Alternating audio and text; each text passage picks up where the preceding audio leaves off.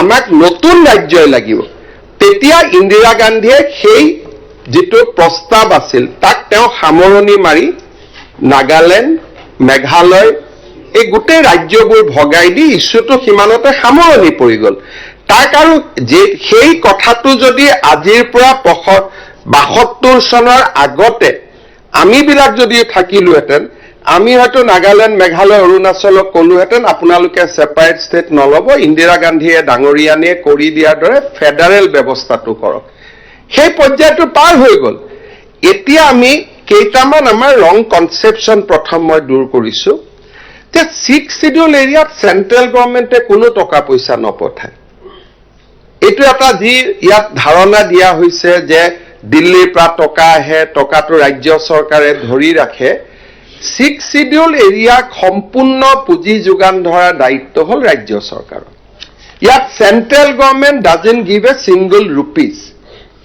গতিকে এই কথাটো আমাৰ মানুহৰ মাজত কিছুমান ভুল ধাৰণা যে দিল্লীয়ে টকা দিয়ে দিছপুৰে টকাটো ধৰি ৰাখে যেতিয়া আমি তথ্যৰ ভিত্তিত বক্তব্য নিদিও সাধাৰণ জনজাতীয় লোকসকলৰ মনত ধাৰণা হ'ব যে দিছপুৰত কিবা এটা ৰাজনীতি কৰা হয় this is a transparent government আৰু আপোনাক মই তথ্য সহকাৰে ইয়াত ক'ব খুজিছো মুখ্যমন্ত্ৰী আসনৰ পৰা যে আজিকালি 6 শিডিউল বুলি আগতেও কোনো ধৰণৰ টকা পইচা ৰাজ্য চৰকাৰক দিয়া নহয় আমি আপোনালোকে যিমান কথা কৈছে মই খুব আদৰণি জনাইছো যে কোকৰাঝাৰক বেছি টকা দিব লাগে ডিমা হাছক দিব লাগে কাৰ্বি আলংক দিব লাগে অহাকালি যদি এছওপিডিত মই 40 কোটি টকা বিজনেছ দিও আৰু আপোনাক 20 কোটি দিও প্ৰথম আপুনি আহি আপত্তি কৰিব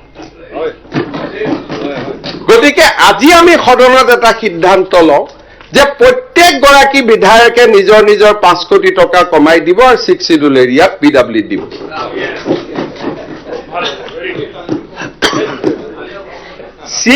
ৰাজনীতি কৰা টান সহজ কিন্তু জনজাতীয় লোকক মনেদি ভাল পোৱা আৰু সাহসেদি কাম কৰা এটা বেলেগ সব কথা আপুনি ক'ব পাৰে কিন্তু যেতিয়া নিজৰ গাত টুকৰটো পৰিব তেতিয়া তাক সহ্য কৰিব পাৰাৰ ক্ষমতা আমাৰ আছে না এইটো চাব লাগিব এইটো বিধানসভাৰ বাজেট বিধানসভাই ঠিক কৰি দিয়ক অজন্তা নিয়োগ ডাঙৰীয়ানীৰ হাতত ডিস্ট্ৰিবিউটিভ দৰমহা দিয়াৰ পিছত 25,000 টকা আছে কিমান টকা 6 শিডিউলক দিব লাগে আপোনালোকে ঠিক কৰি দিয়ক কোনো আপত্তি নাই ইয়াতে বক্তব্য ৰাখি পেলাই মানুহক ইনসাইট কৰি পেলাই তাৰ পৰা কোনো লাভ নাপাও তাৰ পৰা যিখন বৰ অসমৰ আমি কল্পনা কৰিছো সেই বৰ অসমৰ কল্পনা স্তিমিত হয় আজি আপুনি বডোফা উপেন্দ্ৰনাথ ব্ৰহ্মৰ কথা আনিছে প্ৰথম মই গাড়ীৰ পৰা নামিয়ে গৈ বডোফা উপেন্দ্ৰনাথ ব্ৰহ্মক প্ৰণাম কৰিছো আপুনি কৰিছেনে নাই মই গম নাপাওঁ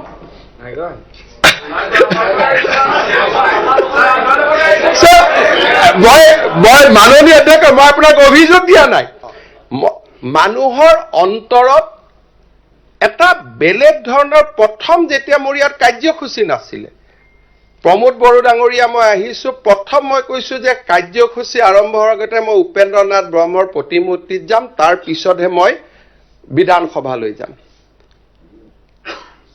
এই যে ইয়াক কোনো কাৰ্যসূচী নাই কিন্তু বডোফা উপেন্দ্ৰনাথ ব্ৰহ্মৰ জন্মদিনটো সমগ্ৰ অসমতে আজি আমি অসম চৰকাৰে ছাত্ৰ দিৱস হিচাপে পালন কৰাৰ সিদ্ধান্ত লৈছো 31 মাৰ্চ আপুনি বডোফাৰ জন্মত আপুনি বুলি কোৱাটো বেয়া হৈছে অধ্যক্ষ মহোদয় সন্মানীয় বিধায়কে বডোফা উপেন্দ্ৰনাথ ব্ৰহ্মৰ জন্মদিনটোত আছে নাই মই নাজানো কেতিয়াও মই টুইট কৰা দেখা নাই না আমি বহি এটা আপুনি যেহেতু ইয়াতে প্ৰভোকেটিভ কথা কৈছে আপুনি যেটো মেডিসিন দিছে হেতু মেডিসিন দিয়ে মই আপোনাক উত্তৰ দিব খুজিছো যে 31 মাৰ্চ তাৰিখে বডোফা উপেন্দ্ৰনাথ ব্ৰহ্মৰ জন্মদিন চৰকাৰৰ ক্যালেন্ডাৰত আছে যে অসম চৰকাৰে ছাত্ৰ দিৱস হিচাপে পালন কৰে অখিল গগৈ ডাঙৰীয়াৰ টুইটাৰৰ টাইমলাইন মই চাই আহিছো কোনো এটা 31 মাৰ্চতে তেখেতে উপেন্দ্ৰনাথ ব্ৰহ্মৰ প্ৰতি শ্ৰদ্ধাঞ্জলি জনোৱা নাই মাননীয় অধ্যক্ষ মহোদয় বড়ো চুক্তিৰ তেখেতে যদি পঢ়ে যিখিনি আঁচনি নাম তেখেতে গাই দিলে তাত কি লিখা আছে? This is a illustrative list, এখন সূচাংক. Now it is up to the Bodo leaders within the allocation of 1500 crores কোনকেইটা স্কিম তেওঁলোকে লয়. আপুনি জানি ভাল পাব যে অসম চৰকাৰৰ ভাগত আছিলে 750 কোটি টকা, আৰু অসম চৰকাৰে 750 কোটি টকা পাহৰি অকল তামোলপুৰত মেডিকেল কলেজ বনাবৰ কাৰণে 800 কোটি টকা খৰচ কৰিছে. এতিয়া আপুনি মানুহক ক'লে যে গাঁও বাদ দিয়ক, গাঁও সোমাই দিয়ক. বড়োলেণ্ড যদি এই ধৰণে চলে, আজি যদি আপুনি কৈছে মাত্ৰ 60খন গাঁও সোমোৱালো, 60খন গাঁও সোমোৱা সহজ নাছিলে. আজি চতিয়াৰ বিধায়ক পদ্ম হাজৰিকা ইয়াত নাই, বিশ্বনাথৰ বিধায়ক প্ৰমোদ বৰঠাকুৰ আছে. এখন গাঁও সোমাব পাৰি নেকি চেষ্টা কৰক. বিহালীত মই কোনো পলিটিকেল নধৰিব, বিহালীৰ নিৰ্বাচনত সমগ্ৰ ইলেকশ্যনত কংগ্ৰেছ দলৰ কেম্পেইনৰ মূল কাৰণটোৱে আছিল যে অসম চৰকাৰে কেনেকে গাঁওবিলাকক বিটিআৰক দি দিলে. That was their main campaign.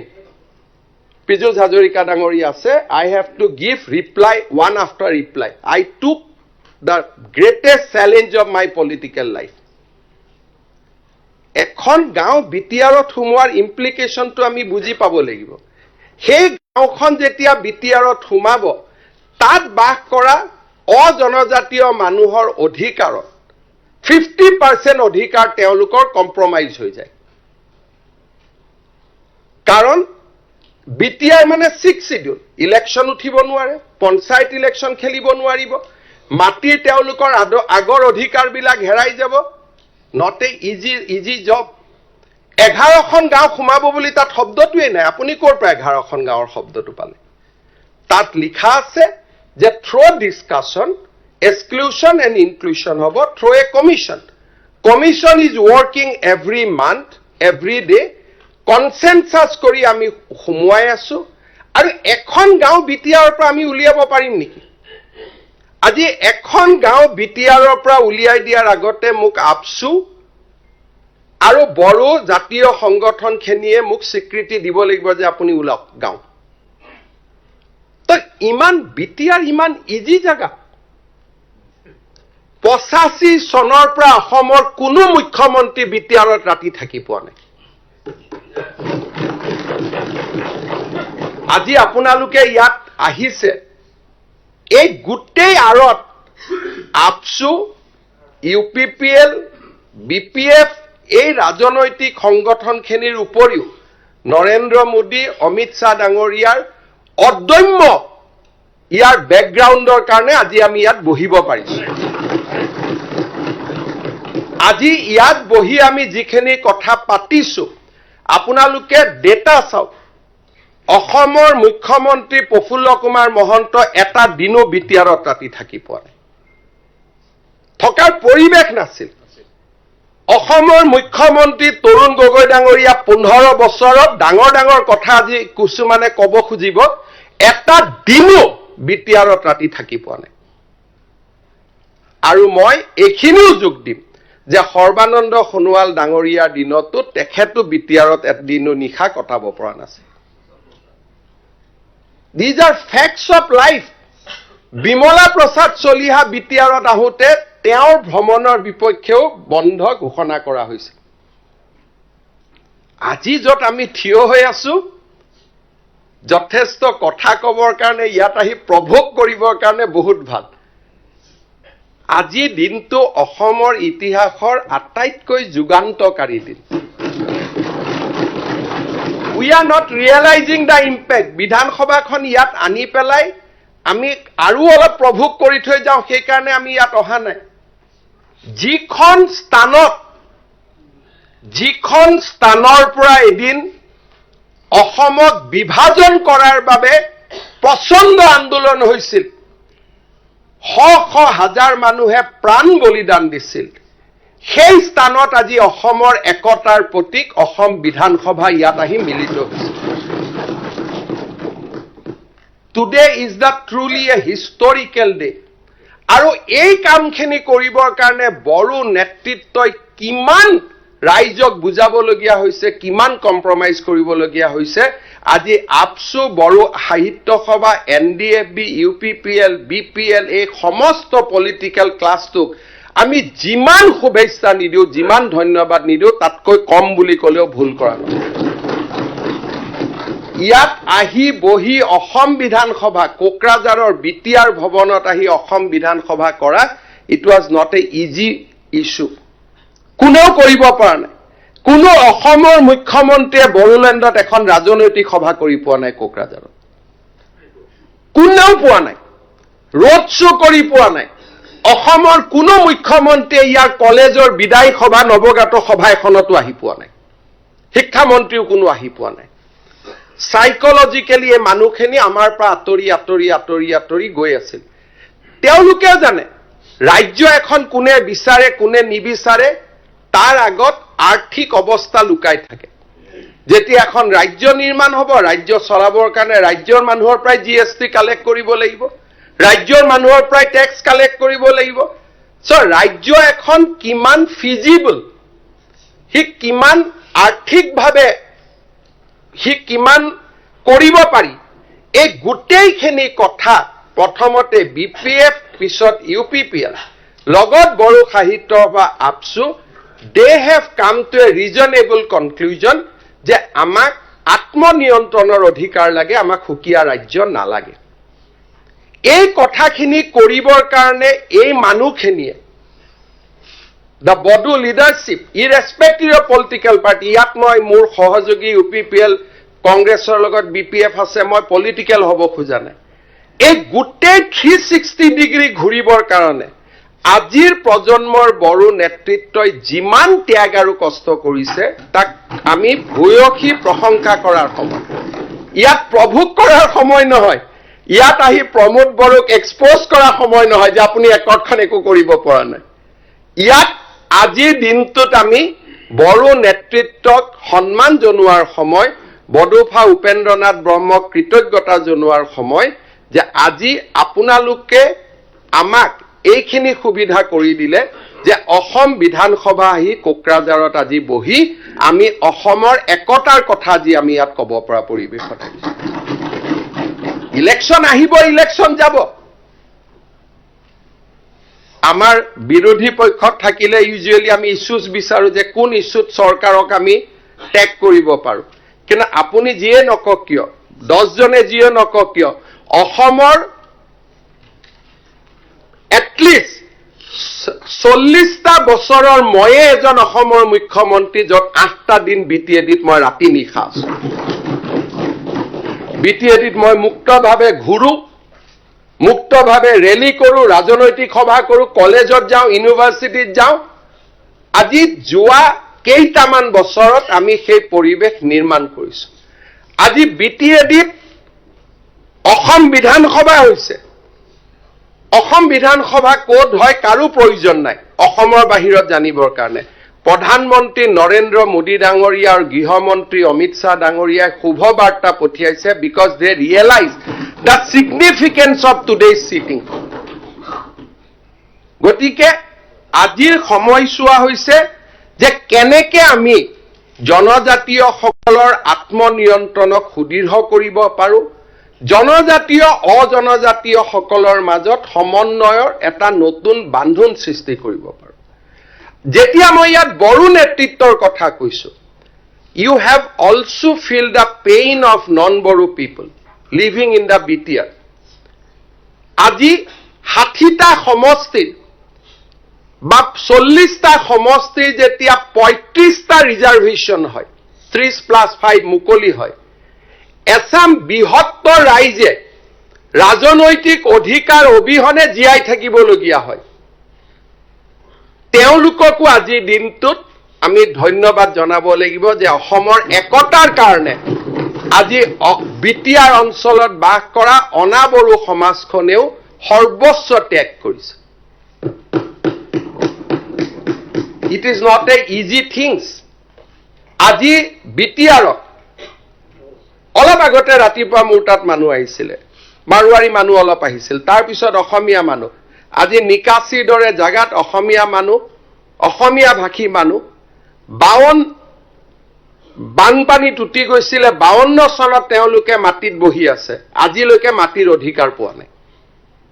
আৰু মই মুখ্যমন্ত্ৰী হিচাপে দিব নোৱাৰো, দিনে ৰাতিয়ে কথা পাতি আছো কেনেকে ৰাস্তা উলিয়াব পৰা যায়। BTR is a unique geographical area, য'ত 30% 40% বড়ো লোকেৰে 6 শিডিউল হৈছে আৰু 60% লোকে বড়ো সমাজৰ নেতৃত্বক মানি লৈছে at the risk of there different rights. এই জাগাটোত আমাৰ দায়িত্ব আছে। বড়ো আৰু অনাবড়ো সমাজৰ মাজত আমি অসমৰ আজিৰ দিনটোত অসমৰ আমি অভিভাৱক শব্দটো নকওঁ, আমি অসমৰ আজি সেৱক। অসমৰ মানুহে আমাৰ মুখলৈকে চাই আছে। বড়ো আৰু নন বড়ো লোকৰ মাজত সমন্বয় সৃষ্টি কৰাৰ দায়িত্ব আমাৰ।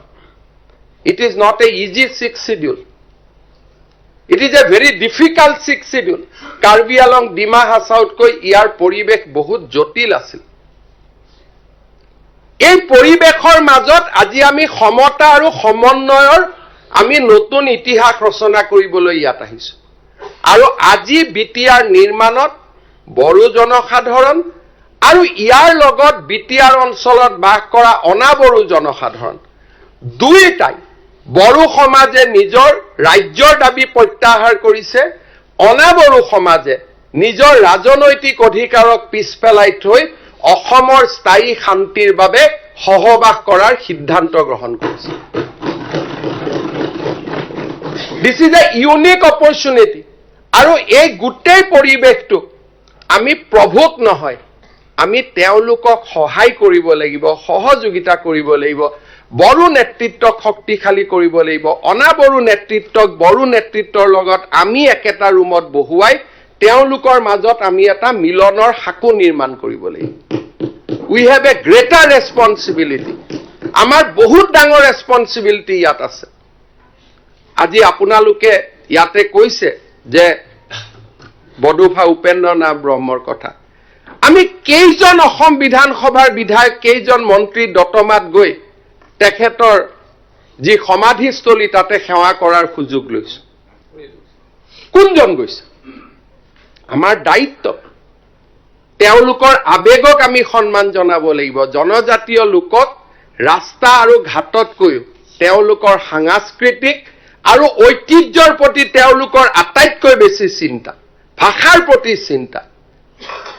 আপোনাক 6 লেন ৰাস্তা তেওঁলোকক প্ৰয়োজন নাই, শিলৰ ৰাস্তাত থাকিব, কিন্তু বাগৰুম্বা জীয়াই থাকিব লাগিব, বড়ো ভাষা জীয়াই থাকিব লাগিব। These are very sensitive moment of our history. গতিকে মই সকলোকে ধন্যবাদ জনাম যে আজি আপোনালোক ইয়াত আহি উপস্থিত হৈছে। যিকোনো কাম কৰিব যাওঁতে আজি ইয়াত অখিল গগৈ ডাঙৰীয়াই কৈছে যে 600 পৰা 800 কোটি টকা হৈছে, আচলতে বাজেটটো তেনেকে নাচায়। যদি আপুনি চাব যায় 800 কোটি টকা জেনেৰেল গ্ৰান্ট দিয়া হৈছে, 250 কোটি টকা স্পেচিয়েল গ্ৰান্ট দিয়া হৈছে। তাৰ উপৰিও জেনেৰেল এৰিয়াৰ পৰা 500 কোটি টকা ৰাস্তাতে অকল দিয়া হৈছে। বিপিএফৰ দিনত যি পাইছিল, কংগ্ৰেছে যি পাইছিল তাতকৈ কেইবা মাইলো আমি ক্ৰছ কৰিছো। অকল এই বছৰতেই 600 কোটি জাগাত আপুনি কৈছে 1000 হ'ব লাগে।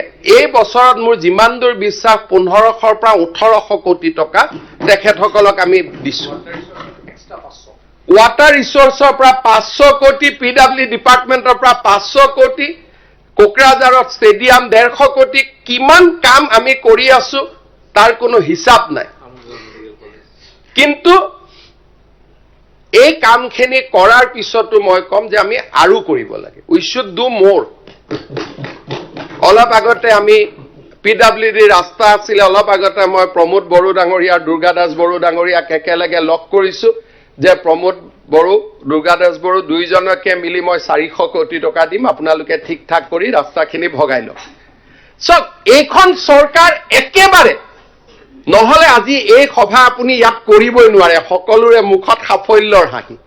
ইএম, বিটিচি, চিএম আপুনি কৈ আছে বড়োলেণ্ড একৰ্ড ইমপ্লিমেণ্ট হোৱা নাই আপোনাৰ লগত প্ৰমোদ বড়োৱে ভাত খাওঁ থাকোঁতে আপোনাক বুজাই আছে যে আমাৰ কামবোৰ হৈ আছে আপুনি কৈছে হোৱা নাই তাৰমানে সকলোৰে মুখত সকলোৱে আজি বুজি পায় যে this is a sincere government they are trying to do whatever they can do but this is a sensitive area আপুনি কোৱাৰ দৰে উলিয়াই দিয়ক গাঁও সুমুৱাই দিয়ক গাঁও তেনেকে হ'লে ইয়াতে সঁচাকৈ আপুনি কোৱাৰ দৰে অস্ত্ৰৰ জনজননী আৰম্ভ হ'ব বড়ো সমাজক মৰম লাগে সন্মান লাগে আজি আপুনি বিশ্বাস কৰিব আপুনি কৈছে যে কি কৰিছে কোকৰাঝাৰত বড়োলেণ্ড ইউনিভাৰ্চিটি আছিল আজি একেখন এই সৰু কোকৰাঝাৰতে মই আৰু এখন কোকৰাঝাৰ ইউনিভাৰ্চিটি কৰাৰ প্ৰস্তাৱ দিছোঁ মাত্ৰ এই সৰু চহৰতে অসমত দুখন ইউনিভাৰ্চিটি হ'ব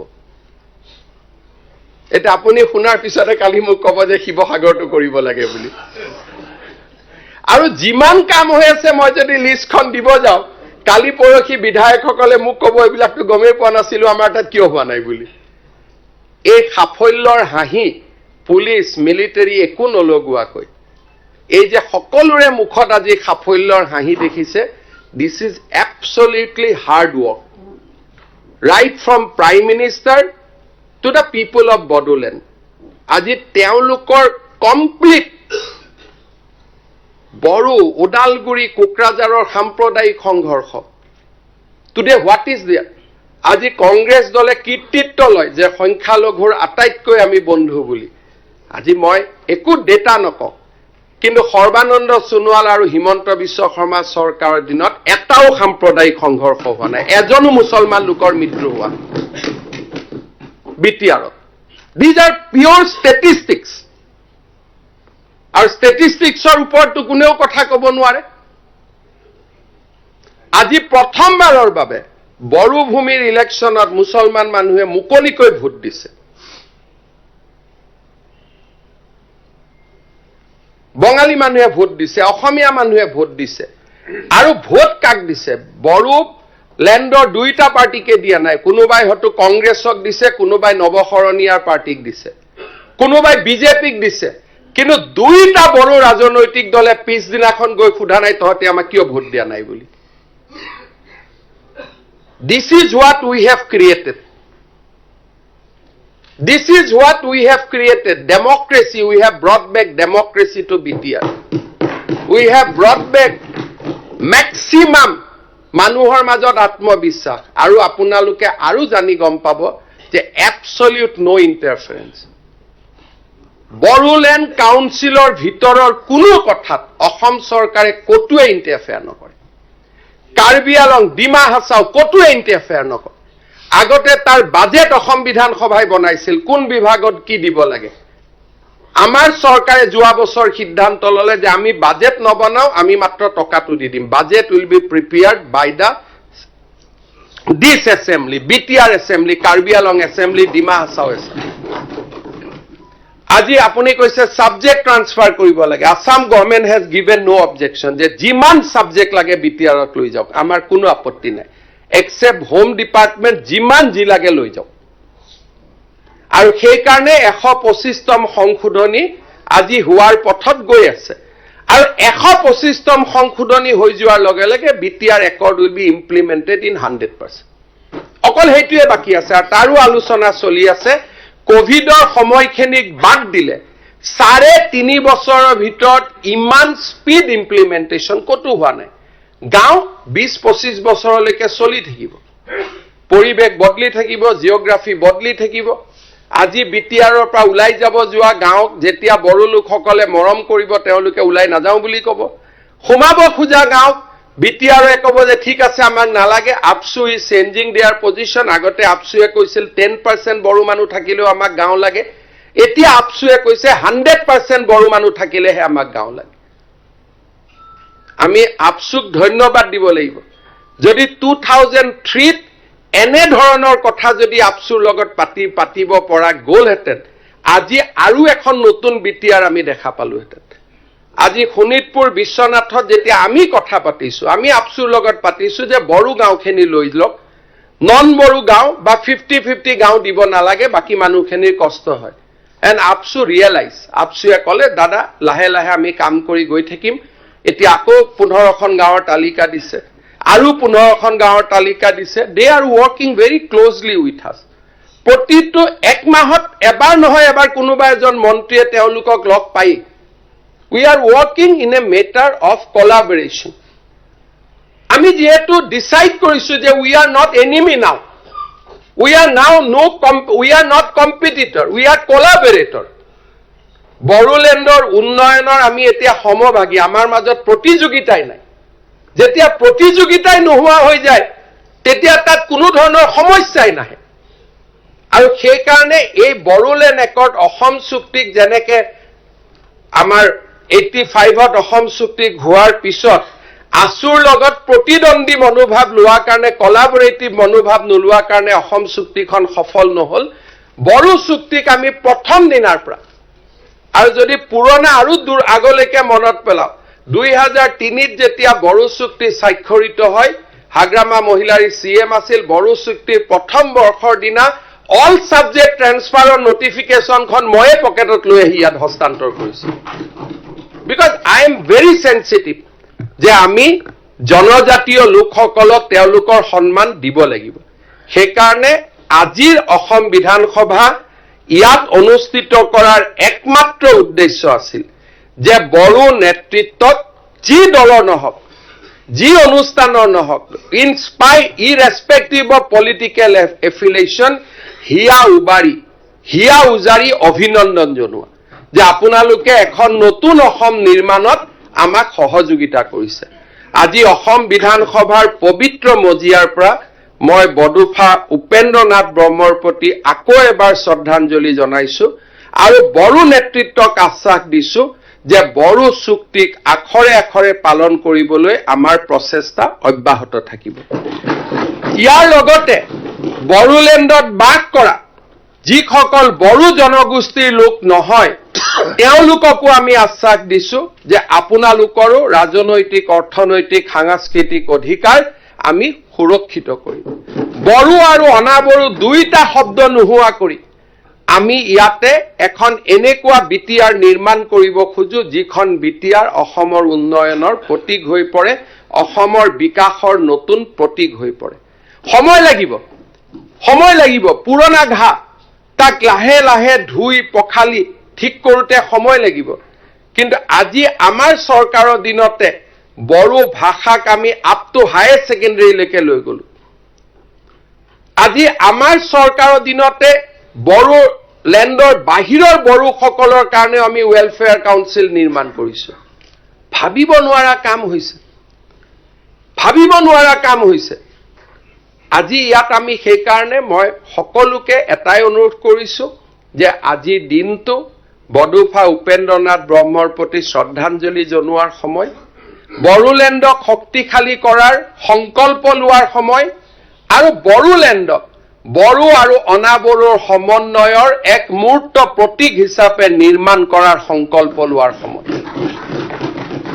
আৰু মই বিশ্বাস কৰো আজি অসম বিধানসভাখনক যি ধৰণে বড়োভাষী ৰাইজে আদৰি ললে সি এক ভৱিষ্যত সোণোৱালী অসমৰ আজি এক ৰূপৰেখা আমাৰ সন্মুখত দাঙি ধৰিছে এইখন কোনখন অসম আছিল আন্দোলন বন্ধ বোম ব্লাষ্ট হত্যা হিংসা আজি কোনোবাই আমাক ৰাজনৈতিকভাৱে সমালোচনা কৰিব পাৰে কিন্তু এইখন অসম আজি আমি আন্দোলন বিবৰ্জিত বন্ধ বিবৰ্জিত গুলি বোমা বিবৰ্জিত এখন নতুন অসম আমি নিৰ্মাণ কৰিছো আউট অফ এছেছ এখন ভাঙি যোৱা প্ৰদেশক আজি আমি এক শক্তিশালী কাঠামোৰ ওপৰত নিৰ্মাণ কৰিছো কেতিয়াবা ডিফুলৈকে যাব ডিফু দেখিলে গুৱাহাটী পিছ পৰি যাব ডিফুৰ যিটো আজি উন্নয়ন সেই ডিফুৰ উন্নয়ন আজি আমাৰ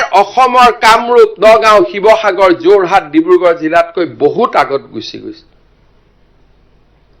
আজি আপোনালোক যেতিয়া ডিফুত যাব আজিকালি আমাৰ চৰকাৰী ডাঙৰ ডাঙৰ বিষয়াসকল ডিফুত ৰাতি পৰিয়ালক লৈ থাকিব যায় উই হেভ চেঞ্জড দ্যাট আজি কাৰ্বি নেতৃত্ব সমালোচনা কৰে কথাই কথাই আমাৰ মানুহে কয় এওঁলোকে টকা খায় ডিমাচা পাহাৰত টকা যায় কাৰ্বি পাহাৰত টকা যায় একেটা টকা দি ডিফুত যিমান ধুনীয়া ষ্টেডিয়াম নিৰ্মাণ হয়, একেটা টকা দি আমাৰ সমষ্টিত সিমান ধুনীয়া নিৰ্বাচন আজিও নহয়।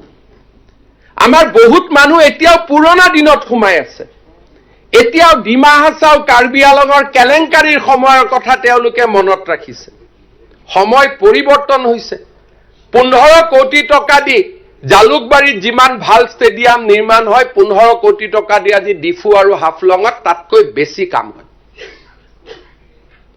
এইবাৰ ডিমা হাছাও পাহাৰৰ পৰা 7জন ল'ৰা ACS পাইছে। ল'ৰা ছোৱালী 7জন ল'ৰা ACS পাইছে। ৱেষ্ট কাৰ্বি আলঙৰ পৰা 3 গৰাকী ল'ৰা ছোৱালী আজি ACS পাইছে। ষষ্ঠ অনুসূচীসমূহ যোৱা 3.5 বছৰত যিমান ডেভেলপ হৈছে, ডিফুত যিমান দলং ৰাস্তা হৈছে, কোনেও কল্পনা কৰিব নোৱাৰে। ৰাজনীতি কৰা মানুহৰ কথা ৰাজনীতিৰ লগত থাকিব, কিন্তু কোনোবা এজন মানুহক লৈ যাওক যোন 10 বছৰ আগতে কাৰ্বি আলঙত গৈছিল আৰু আজি তেওঁ কাৰ্বি আলঙলৈকে যাওক, তেওঁ পৰিৱেশৰ পৰিৱৰ্তন নিজে দেখা পাব। মই ইয়াত বিশেষ ক'বলগীয়া নাই, কাৰণ these are all matter of records. আজি ডিমা হাছাওত যি পৰিৱৰ্তন হৈছে, ডিমা হাছাওখনত আজি মানুহে মানিব আৰম্ভ কৰিছে যে ডিমা হাছাওখনে অসমৰ এক নেক্সট শ্বিলং হ'ব গৈ আছে। আজি আমি নাযাওঁ কাৰণে গম নাপাওঁ। আজি কোনোবাই ইয়াত কোকৰাঝাৰত আজি বহুত দিনৰ মূৰত যিসকল আহিছে, তেওঁলোকে ভাবিব পাৰে নেকি ইমান ডাঙৰ ডেভেলপমেণ্ট? কোনোবাই ভাবিব পাৰে নেকি যে BTRত ইমান ডাঙৰ এছেম্বলি, BTR ইউনিভাৰ্চিটি, BTRত কোকৰাঝাৰ ইউনিভাৰ্চিটি, মানুহে ভাবিব নোৱাৰে। এইখনতে মেডিকেল কলেজো আছে কোকৰাঝাৰত, ইঞ্জিনিয়াৰিং কলেজ আছে, এতিয়া CIT আছে। চাই জাগাত ষ্টেডিয়াম বনাবৰ কাৰণে 150 কোটি টকা ফুটবল ষ্টেডিয়াম হৈছে। ছেক্ৰেটেৰিয়েটৰ সন্মুখতো পুৰণা টেংক নাই। আৰ্মি জেনেৰেলে দুৰাণ কাপ পতাৰ কৃতজ্ঞতা হিচাপে ইয়াতে টেংক দি থৈ গৈছে যে ই শৌৰ্য আৰু বীৰ্যৰ প্ৰতীক হওক। আজি মইতো অনুৰোধ কৰিম যে আমাৰ ফেমিলিলৈ আমি কাৰ্বি আলং, ডিফুত যাব লাগে, কোকৰাঝাৰত আহিব লাগে। Will see A change. আজি তামোলপুৰত যাওক, বাক্সাত যাওক, যেনেকে পাগলাদিয়াৰ ওপৰত দলং বনিছে, কোনেও কল্পনা কৰিব নোৱাৰে। তামোলপুৰত মই যেতিয়া প্ৰথম গৈছিলো 3.5 বছৰত, আৰু আজি 3.5 বছৰ পিছত তাত মেডিকেল কলেজ, ৰাষ্ট্ৰপতিৰ ভ্ৰমণ, গৃহমন্ত্ৰীৰ ভ্ৰমণ, BSFৰ অৰ্ডিনেন্স ফেক্টৰী, পাগলাদিয়াৰ ওপৰত দুখন দলং, তামোলপুৰ জিলা, আমি ভাবিব নোৱাৰা পৰিৱৰ্তন হৈছে। শান্তি এনে অহা নাই। কোনোবাই মানুহে ভাবে যে এনে শান্তি আহিলে নেকি? আজি লাহে লাহে এই 6 শিডিউল এৰিয়াবিলাকত যেনেকে শান্তি উভতি আহিছে, মইতো মাজে মাজে ভাবো যে অসমৰ আটাইতকৈ বিকশিত অঞ্চলবিলাক পিছ পৰি যাব। আজি কাৰ্বি আলঙত যদি এটা উদ্যোগ স্থাপন কৰাৰ কথা হয়, ডিমা হাছাওত যদি উদ্যোগ স্থাপন কৰাৰ কথা হয়, BTRত যদি উদ্যোগ স্থাপন কৰাৰ কথা হয়, তাত কোনো প্ৰতিবাদ নাই। মানুহে আদৰণি জনায় যে হয় আমাৰ ইয়াত ডেভেলপমেণ্ট লৈ আহক। এই 3খন জাগা মই আজি, মানুহটো কিমান দিন থাকে নাথাকে মানুহে নাজানে, 25 বছৰ পিছত মই থাকিম আৰু নাথাকিম মই নাজানো, কিন্তু মই আজি এটা কথা প্ৰেডিক্ট কৰিব পাৰো যে Karbi Along, Dima Hasao and BTR, these 3 parts of Assam will be the most prosperous region in days to come. কাৰণ ইয়াত মানুহৰ মানসিকতাৰ অসম্ভৱ পৰিৱৰ্তন হৈছে। অগ্নিবীৰ, আৰ্মি, CRPF আটাইতকৈ ইয়াৰ পৰা বেছি নিযুক্তি হয়। আমিবোৰ এতিয়াও ভাবি আছো, ইয়াত আমি আহিছো যে নহয়, we have come for a very developed district and we want to say something, যে মানুহৰ মনত ভাল লগা চকলেট লজেন্স চলপৰ কথা কৈ থওঁ যে নো, দে আৰ ডুইং কম্পিটিশ্যন উইথ আছ। আজি বড়োলেণ্ড ইউনিভাৰ্চিটি যিমান ফাষ্ট পৰিৱৰ্তন হৈছে, অসমৰ নতুন কোনো এখন বিশ্ববিদ্যালয় ইমান ফাষ্ট পৰিৱৰ্তন হোৱা নাই। আজি বড়ো ল'ৰা ছোৱালীয়ে যি ধৰণে BPO, ITত যি ধৰণে কাম কৰিছে, আমিবোৰ কেতিয়াবা পিছ পৰি যাম। মই পিছ পৰি যোৱা বুলি নকওঁ, কাৰণ I don't want to make a comment যিটো ফেকচুৱেলি কিমান সঁচা মিছা মই নাজানো, কাৰণ I am speaking on perception. আজি আটাইতকৈ অসমৰ বিকশিত অঞ্চললৈ এই অঞ্চলবিলাক ৰূপান্তৰিত হৈ আছে। অসমৰ আটাইতকৈ আটাইতকৈ পিছপৰা অঞ্চল আন্দোলন বিবৰ্জিত পৰিৱেশ আজি শান্তিৰ এক সাকুলৈ পৰিণত হৈছে বিটিআৰৰ পৰা এবাৰ 50 জন ল'ৰাই যোৱা বছৰ এচিএছ পাইছে 50 students has cleared APSC আজি সময় হৈছে বিটিআৰৰ বাসীক ধন্যবাদ জনোৱা অভিনন্দন জনোৱা আৰু তেওঁলোকৰ উন্নয়নৰ বাবে আমি আকৌ নতুনকৈ আমি নিজক নিয়োজিত কৰা মই পবিত্ৰ সদনক জনাব খুজিছো যে আমাৰ লোকসভাত ৰাজ্যসভাত বিবেচিত হৈ থকা 125 নম্বৰ সংবিধান সংশোধনীয়ে বিটিআৰলৈ এক মূলভূত পৰিৱৰ্তন আনিব প্ৰথমবাৰৰ বাবে ফাইনেন্স কমিশন আজি অলপ আগতে মই অখিল গগৈ ডাঙৰীয়াৰ প্ৰশ্নৰ উত্তৰ দিছো যে ভাৰত চৰকাৰে 6 শিডিউলত এটকাও নিদিয়ে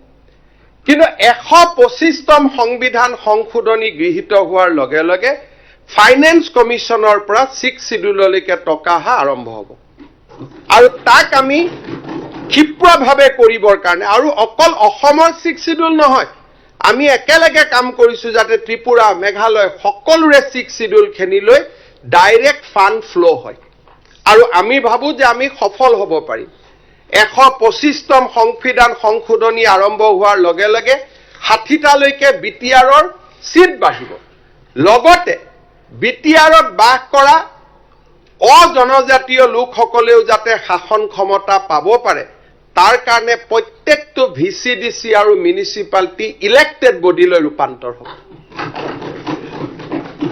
আজি আমি এক ডাঙৰ পৰিৱৰ্তনৰ কাৰণে কাম কৰিছো আৰু যেতিয়া আমি ডাঙৰ পৰিৱৰ্তনৰ কাৰণে কাম কৰো it should be slow it should be steady যদি গাড়ীখন জোৰে চলাব খুজো ই এক্সিডেন্ট হ'ব কাৰণ this is a very sensitive area লাহে লাহে লাহে লাহে যোৱাকালি আছুৰ লগত মোৰ মিটিং হৈছিল মোক কৈছিল যে চতুৰ্থ ভাষা প্ৰৱৰ্তন কৰিব লাগে 4 সূত্ৰীয় ভাষা ইংৰাজী হিন্দী অসমীয়া বড়ো মই কৈছো নো যেতিয়ালৈকে বড়ো সাহিত্য সভাই নকব আমি সেই ৰাস্তাত নাযাওঁ because we want to take every step with caution যাতে আমাৰ এটা ভুল সিদ্ধান্তই আমাৰ যিসকল বড়ো লিডাৰশ্বিপে আমাৰ লগত কাম কৰিছে তেওঁলোক যাতে বিপদত পৰিবলগীয়া নহয় মই আকৌ কৈছো I am being a political ইয়াত সদনত দুইটা ৰাজনৈতিক দলৰ মানুহ আছে আমি কাকো বিপদত পেলাব খোজা নাই we want to take every step লাহে লাহে লাহে লাহে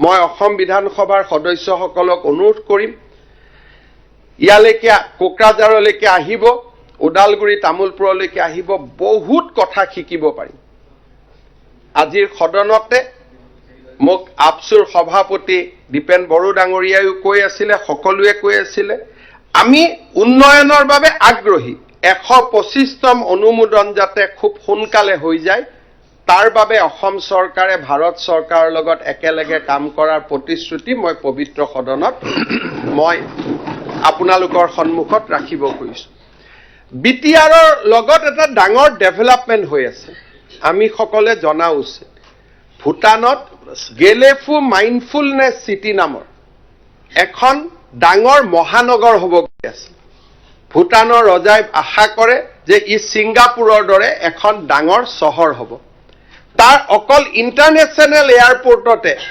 তেওঁলোকে প্ৰায় 8,000 কোটি টকা খৰচ কৰিব খুজিছে and total investment in Gelefu will be more than 1 lakh crore ভুটানৰ মোৰ যাত্ৰাৰ পিছত ভুটানৰ ৰজাই মোক কৈছে যে গেলেফুতটো সুপাৰ ৰিচ সকল আহি থাকিব উদ্যোগ ক'ত কৰিব ব্যৱসায় ক'ত কৰিব ভুটানৰ ৰজাই মোক কৈছে যে আপুনি এই সময়ৰ লগত সুযোগ ৰাখি বিটিআৰটো ডেভেলপ কৰক এতিয়া আমি সিদ্ধান্ত লৈছো যে গেলেফুৰ লগে লগে আমি দাঁতগাড়ী যাতে গেলেফুৰ ব্যৱসায়টো আমি দাঁতগাড়ীত ল'ব পাৰো আমি দাঁতগাড়ীক উন্নয়নৰ বাবেও আমি কাম কৰাৰ বাবে সিদ্ধান্ত লৈছো মই আগতে কৈছো যে চিৰাং এণ্ড কোকৰাঝাৰ এই দুইখন জিলাই অসমৰ প্ৰতিখন জিলাক পিছপেলাই থৈ যাব ইয়াত যেটো আমি আহি কৈছো টকা দি দিয়ক ইটুক দি দিয়ক আমি হাত পাতিব লাগিব এদিন যে আমাক দিয়ক কাৰণ ইয়াত যেটো ডেভেলপমেন্টৰ পেছ আছে আৰু মানুহে বিকাশ বিচাৰিছে আটাইতকৈ ডাঙৰ কথা গেলেফু হৈ যোৱাৰ পিছত চিৰাং আৰু দাঁতগিৰি অসমৰ আটাইতকৈ বিকশিত জিলালৈ ৰূপান্তৰিত হ'ব, may be equivalent to Guwahati. কাৰণ গোটেই ভূটানত তেওঁলোকৰ যিটো ডেভেলপমেণ্ট, 8 কিলোমিটাৰ দূৰত চিৰাং মানুহৰ ঈৰ্ষাৰ কেন্দ্ৰবিন্দু হৈ পৰিব। যদি ভূটানে তেওঁলোকৰ মিছনত সফল হ'ব পাৰে, আমি কি কৰিব খুজিছো, গুৱাহাটীৰ পৰা গেলেফুলৈকে আমি ৰেল লাইন বহাব খুজিছো দাঁতগিৰি হৈ, যাতে that can be captured। আৰু মই ভাবো যে আমাৰ অসম এডভান্টেজ সামিটৰ সময়ত গৃহমন্ত্ৰী আমাৰ ৰেল মন্ত্ৰী ডাঙৰীয়াই এই ঘোষণা কৰিব পাৰিব। 10খন কলেজ আমি প্ৰভিন্সিয়েলাইজ কৰিছো। এইবাৰ আমি বিধানসভাত প্ৰাদেশিকৰণৰ আইন আনোতে বড়ো চুক্তিৰ 6.3 ক্লজক আৰু অলপ কেনেকে আমি শক্তিশালী কৰি ইমপ্লিমেণ্ট কৰিব পাৰো, তাৰ কাৰণে আমি কাম কৰিব খুজিছো। ইয়াৰ লগে লগে মানে স্যাৰ অধ্যক্ষ ডাঙৰীয়া, মানে বড়ো মাধ্যমৰ স্কুল আৰু ইয়াত থকা অসমীয়া মাধ্যমৰ ভেঞ্চাৰ স্কুলখিনি চৰকাৰীকৰণ কৰাৰ ব্যৱস্থা কৈ আছে, সেইটো কৰি দিব লাগে, কৈ আছে। আজি এইটো ভাল মেছেজ এটা যাব লাগে। মেছেজ তেনেকে নাযাব। ইয়াত কৰিলে শিৱসাগৰৰ কলেজে কেছ কৰি দিব, শিৱসাগৰৰ স্কুলে কেছ কৰি দিব, স্পেচিয়েল হাইকোৰ্টে নামানে নহয়। আপুনি গতিকে মোক কৰিব দিয়ক, মই কৰি আছো সুন্দৰ কৰি, যাতে ক'তো বাধা নহয়। 10খন কলেজক প্ৰাদেশিকৰণ কৰিলো, এটাও কোৰ্টত কেছ নহল, because I am taking step logically, আৰু তেখেতসকলক বিশ্বাসত লৈ লাহে লাহে কৰি গৈ আছো। গতিকে গোটেই কামখিনি কোৰ্টত কেছ নোহোৱাকৈ গৈ আছে। অসম একদম সৰু কথা, চব গৈ আছে সৰু। আজি আমি এতিয়া কাৰিগাঁৱৰ পৰা কোকৰাঝাৰলৈ আহিলো। এই ৰাস্তাটো আমি 4 লেন বনাবৰ কাৰণে সিদ্ধান্ত গ্ৰহণ কৰিছো। কোকৰাঝাৰৰ পৰা কাৰিগাঁৱলৈকে যোৱাৰ ৰাস্তাটো, আমাৰ ভূটানৰ নেশ্যনেল হাইৱেৰ পৰা সৰলপাৰালৈকে যোৱা ৰাস্তাটো আমি 4 লেন বনাব খুজিছো। ফৰেষ্টখিনি 3 লেন, বাকীখিনি 4 লেন। আজি এই ধৰণৰ অসম মালাৰ আটাইতকৈ ডাঙৰ ইনভেষ্টমেণ্ট BTRত হৈ আছে। ওদালগুৰিত আজি আমি বড়োলেণ্ড ইউনিভাৰ্চিটিৰ এখন কেম্পাছ আমি বনাব খুজিছো, আৰু 2027 চনত ওদালগুৰিত আমি এখন মেডিকেল কলেজো নিৰ্মাণৰ কাম হাতত ল'ম। These are all in our proposals। আপুনি যিটো 700-400 কোটি দেখুৱাইছে, এইবিলাক বিট কৰি আমি কেতিয়াবাই পাৰ কৰিলো সেইবোৰ। সেইকাৰণে ইয়াত কোনো এজন BTRৰ MLA কোৱা নাই যে আমাক পইচা দিয়া নাই, আমাক চোৱা নাই, because they knows the story that we are. আজি বাজেটতো আমি কৈছো যে আমি তেনেকে আগবাঢ়ি গৈ আছো। BTRত যেনেকে আমি আগবাঢ়ি গৈছো, কাৰ্বি আলঙত ডিমা হাছাও জিলাৰ ৰাস্তা বনাবৰ কাৰণে মই ৱৰ্ল্ড বেংকৰ পৰা 4,000 কোটি টকা আনিছো। 4,000 crores ফৰ 1 ডিষ্ট্ৰিক্ট। কোনোবাই কল্পনাও আমি কৰিব নোৱাৰো। 6 শিডিউলৰ কাৰণে আমি ইমান কাম কৰিছো যে ডিমা হাছাও জিলাৰ গোটেই কেইটা ৰাস্তা নিৰ্মাণ কৰাৰ কাৰণে 4,000 কোটি টকা। এটা নন্দিতা গাৰ্লুচাৰ এটাই সমষ্টি, তাত 2টা সমষ্টি নাই, এটাই সমষ্টি, 4,000